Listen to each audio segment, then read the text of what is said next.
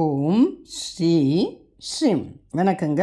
அனைவரும் மறுபடியும் சேனலில் சந்திப்பதில் மிக்க மகிழ்ச்சி அடைகிறேன். இந்த பதிவில் நாம் பார்க்க இருக்க போகிறது ஆரண்ய கௌரி விரதம்.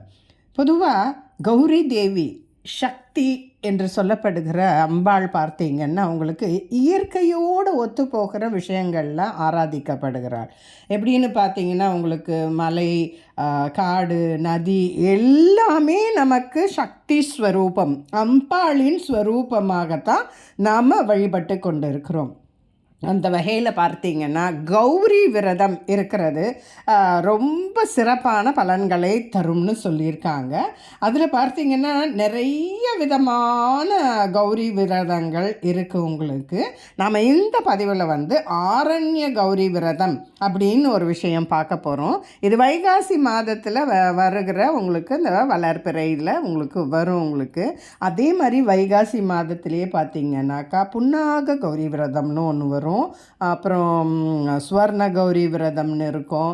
அதுக்கப்புறம் இந்த ஆரண்ய கௌரி விரதம், அதே மாதிரி பார்த்திங்கன்னா உங்களுக்கு கதலி கௌரி விரதம், அப்புறம் நம்ம தீபாவளி சமயத்தில் பார்த்திங்கன்னா கேதார கௌரி விரதம், அந்த மாதிரியெல்லாம் நிறைய விரதங்கள் இருக்குது. ஏமா ஒரு விரதம் போகாதானே? அம்பாள் கருணை கடல். ஏதோ ஒரு இது நம்ம ஒரு விரதத்தை விட்டுட்டா கூட, நம்ம அதை மிஸ் பண்ணிட்டா கூட நமக்கு அடுத்த விரதத்தில் நமக்கு அத்தனை பலன்களும் சேரும். கொஞ்சம் தொண்டை சரியில்லைங்க, அதனால் நாம் நிறைய விரதங்கள் வர்றதுக்கு காரணம் அதுதான். ஒன்று செய்ய முடியலைன்னா கூட அடுத்த விரதத்தில் நாம் அந்த பலன்களை பெறலாம் என்ற ஒரு அருமையான மனசோடு அம்பாள் நமக்கு கொடுத்துருக்கிறது தான் இத்தனை கௌரி விரதங்களும் நமக்கு. சரி, இந்த கௌரி விரதங்கள் அதெல்லாம் எப்படி என்ன செய்யலாம், நாம் எப்படி செய்யலாம்? இந்த வருடம் பார்த்திங்கன்னா ஜூன் 1 ஞாயிற்றுக்கிழமை அன்னைக்கு ஆரண்ய கௌரி விரதம் இதெல்லாமே பஞ்சாங்கத்தில் இருக்கும். அன்னைக்கு சஷ்டி திதியோடு சேர்ந்து வர்றதுனால முருகப்பெருமானுடைய அருளும் சேர்ந்து நமக்கு வருது. அதே மாதிரி பார்த்திங்கன்னா உங்களுக்கு இந்த கௌரி வழிபாடில் நமக்கு முக்கியமாக நிறைய கௌரி வழிபாடுகள் சொல்லப்பட்டிருக்கு. அந்த பெயர்களை சொன்னாலே நமக்கு மகத்துவம் அதிகம் அப்படின்னு சொல்கிறாங்க.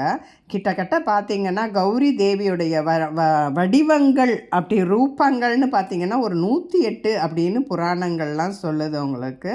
அதில் நாம் கொஞ்சம் என்னெல்லாம் அப்படி இருக்கிறது அப்படின்னு பார்க்கலாம்.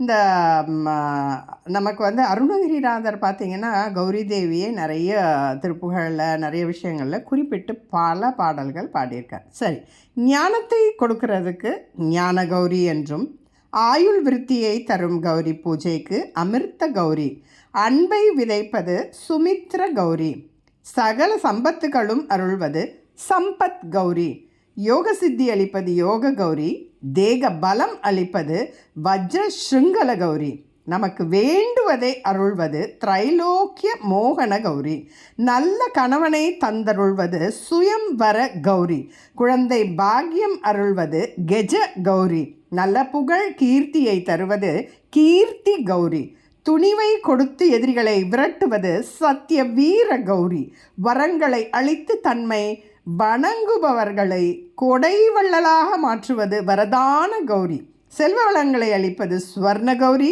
ராஜயோகம் அருள்வது சாம்ராஜ்ய கௌரி, கஷ்டங்களை நீக்குவது அசோக கௌரி, நம் விருப்பங்களை நிறைவேற்றுவது மனோரத பூர்த்தி கௌரி அப்படின்னு பார்த்திங்கன்னா இந்த ஷோடச கௌரி மூர்த்தங்களை நாம் விரதம் இருந்து வழிபடுவது நிறைய அதிக பலன்களை நமக்கு தரும் அப்படின்னு சொல்லப்பட்டிருக்கு. கௌரி வழிபாடு பார்த்திங்கன்னா பல புராணங்கள்லையும் சாஸ்திரங்களெல்லாம் நிறைய சொல்லப்பட்டிருக்கு. அதில் முக்கியமாக நமக்கு இந்த ஜூன் மாதம், இந்த வைகாசி மாதத்தில் நிறைய வரும். புன்னாக கௌரி விரதம், கதலி கௌரி விரதம், ஆரண்ய கௌரி விரதம், இந்த மாதிரியெல்லாம் வரும் உங்களுக்கு. இந்த புன்னாக கௌரி விரதம் அப்படின்னு பார்த்திங்கன்னா இந்த புன்னை மரம்னு நம்ம மயிலாப்பூர்லலாம் சொல்லுவாங்க இல்லையா, அங்கே நம்ம சுத்தம் பண்ணி அந்த மரத்துக்கு கீழே வச்சு நம்ம பூஜை பண்ணலாம். இதெல்லாம் கிராமத்தில் இருந்தால் நமக்கு அந்த வாய்ப்பு இருக்கும். அப்படி இல்லைன்னா அந்த இலைகளை கொண்டு வச்சுட்டு நம்ம வீட்டிலேயே அந்த பூஜைகளை நாம் அந்த இலையெல்லாம் பரப்பி வச்சு அது மேலே நம்ம கலசம் வச்சு பண்ணி ஷோடசோபசாரம் எல்லாம் பண்ணி செய்யலாம். இல்லைன்னா நிறைய பேர் சேர்ந்து நம்ம கோயிலில் கூட இந்த பூஜைகளை செய்யலாம். கதலி கௌரி விரதம் அப்படிங்கிறது கதலினா வாழை இல்லையா, அதான் வாழையை வைத்து கொண்டு வாழை மரத்தடியில் செய்கிறதோ, இல்லை நம்ம வரலட்சுமி நோம்புக்கு 4 வாழை மரம் கட்டி ஒரு ஸ்டூல் மேலேயோ ஒரு பெஞ்ச் மேலேயோ வச்சு செய்கிறோம் இல்லைங்களா, அந்த மாதிரி செய்து ஒரு 8 வயசுக்கு உரிய ஒரு சிறுமி எருமைகளுக்கெல்லாம் நம்ம அந்த தானம் அந்த மாதிரியெல்லாம் கொடுக்குற விஷயந்தான் கதலி கௌரி விரதம். இதில் நாம் என்ன பார்க்குறோன்னாக்கா ஆரண்ய கௌரி விரதம். இந்த ஆரண்ய கௌரி விரதம் பார்த்திங்கன்னா அம்பாளுடைய அற்புதமான ஒரு ரூபம் தான் இந்த ஆரண்ய கௌரின்னு. ஆரண்யம்னா உங்களுக்கு காடுன்னு அர்த்தம். ஸோ அதுக்கு உண்டான விஷயந்தான் இது. இந்த விரதம் வந்து நம்ம விரும்புகிற தெய்வ தரிசனத்தையும் திருமண வரத்தையும் நோய் நிவாரணத்தையும் மற்றும் குழந்தை பேரையும் தந்தருளும் ஒரு அற்புதமான விரதம். அன்றைக்கி நம்ம என்ன முடியுதோ அந்த வகையில் நாம் விரதங்கள்லாம் இருந்துக்கணும். முக்கியமாக கொஞ்சம் கணவன் மனைவி குழந்தைக்காக இருந்தால் 2 பேரும் இணைந்து இந்த விரதத்தை இருக்கிறது ரொம்ப சிறப்பு. இது ரிக்வேதத்தில் ஆரண்ய சூக்தம் அப்படின்னு ஒரு ஸ்லோகம் ஒன்று வரும். அதை அந்த பூஜையுடைய நிறைவில் கொஞ்சம் ஒரு 3 முறையாவது பாராயணம் செய்யலாம். நீங்கள் வந்து யூடியூப்லேயே அதுலையா நீங்கள் ஆரண்ய சூக்தம்னு போட்டிங்கனாலே வந்துடும். உங்களுக்கு படிக்க தெரியலைன்னா அதை 3 முறை ஒலிக்கவாவது நீங்கள் செஞ்சுக்கலாம்.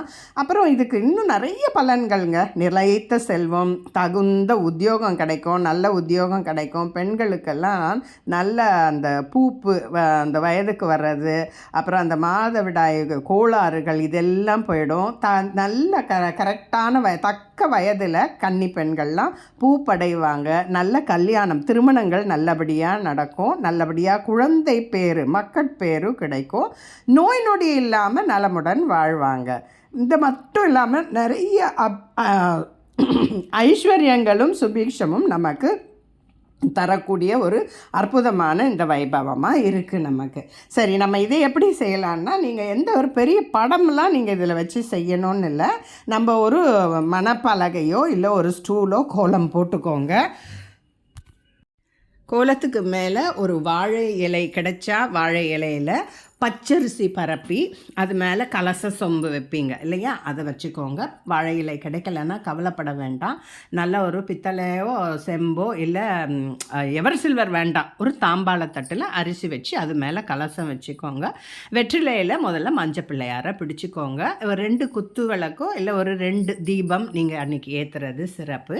இது சஷ்டி திதியாக இருக்கிறதுனால முருகனையும் சேர்த்து நாம் வழிபடலாம். ஏன்னா சஷ்டி தேவி அப்படிங்கிறவ தான் உங்களுக்கு குழந்தைக்கெல்லாம் அதிபதியாக இருக்கிற ஒரு ஸ்வரூபம்.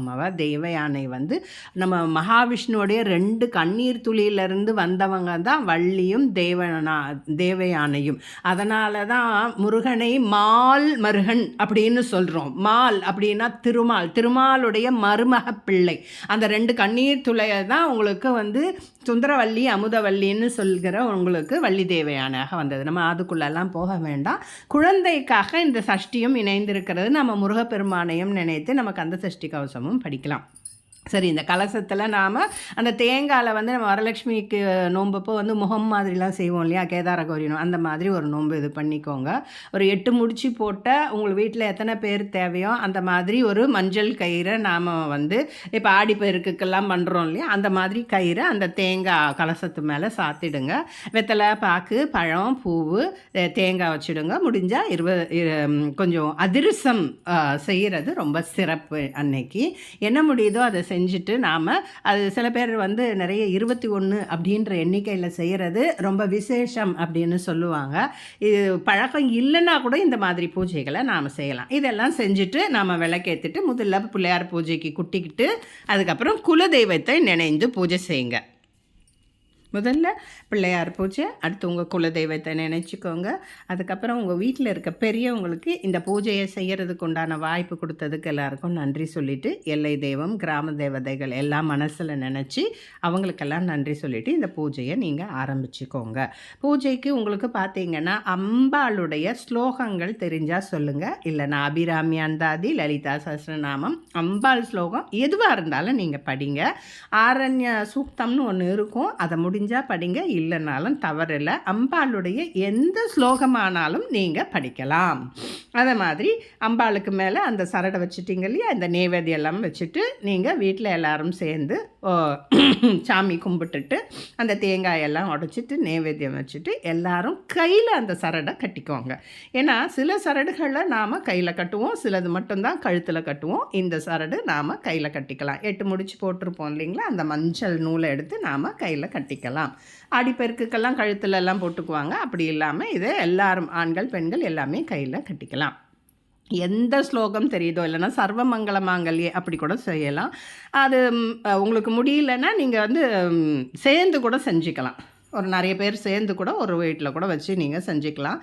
சில பேர் கோயிலில் கூட உட்காந்து இது மாதிரிலாம் செய்வாங்க. உங்களுக்கு எது சௌரியமோ செய்யுங்க, ஆனால் கட்டாயம் செய்யுங்க. படம்லாம் வச்சு செய்யணும்னு இல்லை, கலசம் வச்சு செஞ்சாலே போதுமானது. உங்களுக்கு முடிந்த நைவேத்தியங்கள் செய்யுங்க. வெத்தலை பாக்கு பழம்லாம் 21 அப்படிங்கிற ஒரு எண்ணிக்கையில் இருக்கிறது விசேஷமானது. உங்களுக்கு இந்த பூஜையை உங்களுக்கு எந்த நேரம் கிடைக்குதோ அப்படி நீங்கள் இந்த ஞாயிற்றுக்கிழமை 1ஆம் தேதி நீங்கள் ஜூன் 1, 2025 ஞாயிற்றுக்கிழமை சஷ்டியும் இந்த ஆரண்ய கௌரி விரதமும் கூடுகிற ஒரு அற்புதமான நாளில் நீங்கள் இந்த பூஜையை செய்து அம்பாளுடைய நிறைய அனுகிரகத்தை எல்லாரும் வாங்கிக்கலாம். இந்த அளவில் இந்த உரையை நிறைவு செய்து கொள்கிறேன். மற்றொரு பதிவில் உங்களை சந்திக்கிறேன். இந்த பதிவுகள்லாம் உங்களுக்கு பிடித்திருந்தால் கட்டாயம் லைக் செய்யவும், ஷேர் செய்யவும், சப்ஸ்கிரைப் செய்யவும் மறந்து விடாதீர்கள். நன்றி, வணக்கம்.